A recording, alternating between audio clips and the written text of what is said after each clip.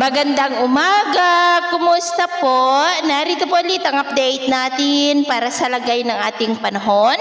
Ngayong umaga po ng February 26, 2026. Sa ngayon po ay walang anumang sama ng panahon sa loob at labas ng ating area of responsibility. Easterlies pa rin o yung mainit na hangin na mula sa Pacific Ocean ang umiihip ngayon sa malaking bahagi ng ating bansa lalo na sa silangan. Pero ito rin po yung dahilan ng pagkakabuo ng mga localized thunderstorm na nagpapaulan, lalo na po yan sa dakong hapon at gabi.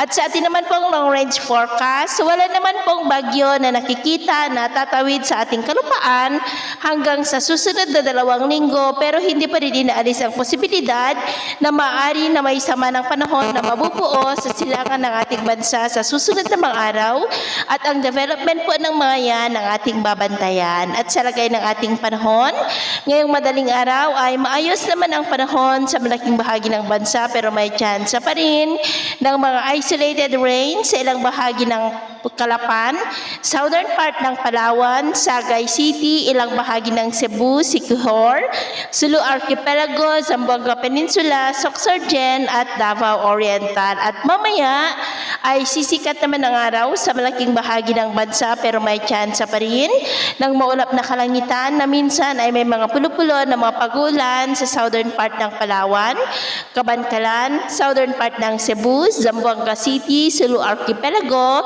ilang bahagi ng Lanao del Norte, South Cotabato, Sarangani at Davao Oriental. At mamayang hapon, maayos na panahon pa rin ang asahan sa malaking bahagi ng bansa, pero may chance pa rin ng maulap na kalangitan with isolated rains, lalo na po sa malaking bahagi ng Mindanao. Kaya kung lalabas tayo sa ating mga tahanan, ugaliin lamang po natin lagi ang magdala ng kahit anong panangga natin sa init ng araw at proteksyon na rin po sa mga biglaang buhos ng ulan. At sa atin naman po mga baybayin, wala po tayong nakataas na namang gale warning signals, pero iba yung pag-iingat lamang po kung papalaot tayo para mas makaiwas sa mga sakunang pangkaragatan.